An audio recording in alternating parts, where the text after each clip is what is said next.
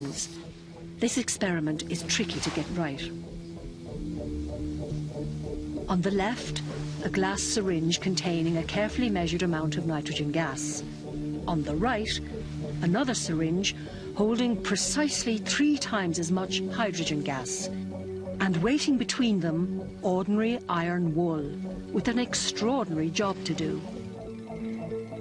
All that's missing is heat. The gas is mixed together as they travel back and forth over the hot iron. If it's working, this is where ammonia is created. This is the chemical reaction that should be happening here. 1 unit of nitrogen and 3 of hydrogen turn into 2 units of ammonia.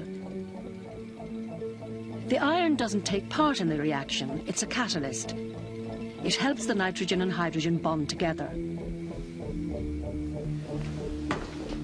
Now it's time to find out if the experiment has worked. This pump sucks the gas out of the tubes through these yellow crystals. If there's ammonia in the apparatus, they'll change colour to blue. It works, this time. But the equation reveals why ammonia is so hard to make. The double arrows mean the reaction goes both ways. It's reversible. Ammonia can turn back into the ingredients. The trick is to make the ammonia faster than it breaks down. This plant makes 800 tons of ammonia every day. That's enough to fertilise 7,000 football fields. It uses a system called the Haber process. The process needs a giant maze of whining machinery and hissing pipes. To make ammonia, they must first make its ingredients, hydrogen and nitrogen. This is where the nitrogen comes from. There's not much to see on the outside, but on the inside, the machinery pressurizes air to separate out nitrogen from all the other gases around us.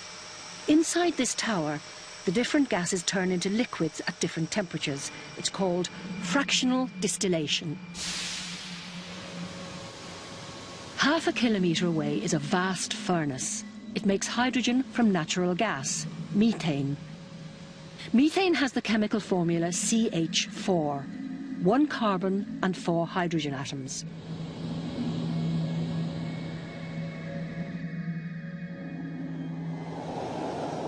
They extract the hydrogen by mixing the methane with superheated steam, H2O, at 500 Celsius.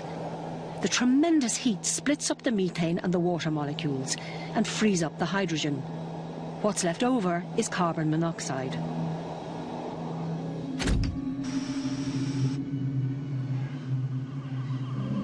Finally, the nitrogen and hydrogen come side by side down these pipes.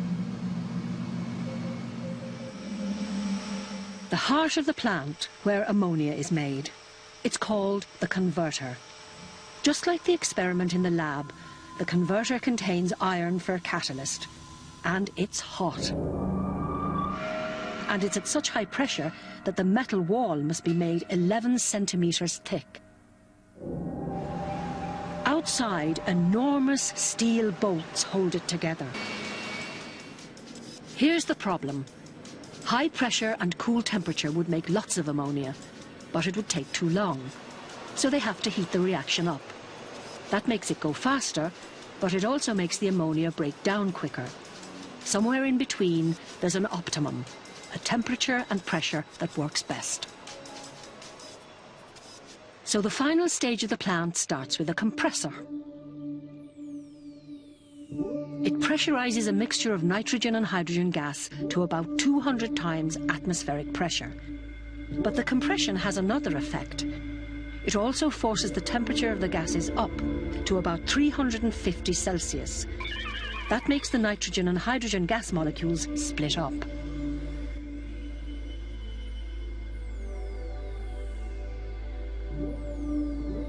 Inside the converter, a hot iron catalyst is waiting for the nitrogen and hydrogen.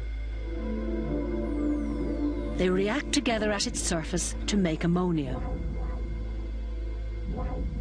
The reaction also releases heat, keeping the temperature just right for maximum production, about 500 Celsius. But even so, some of the nitrogen and hydrogen is still left over, so the mixture that passes out from the converter isn't pure ammonia. The very last stage chills the mixture's temperature down so that ammonia condenses out as a liquid. It's drained off from the bottom. Meanwhile, the nitrogen and hydrogen float up to the top and get sent round a loop back to the converter. So, to make ammonia from the air by the Haber process, air is first liquefied under pressure and the nitrogen separated out by fractional distillation. Hydrogen is extracted from methane at high temperature. The nitrogen and hydrogen are combined to make ammonia. This is done at high temperature and pressure with an iron catalyst.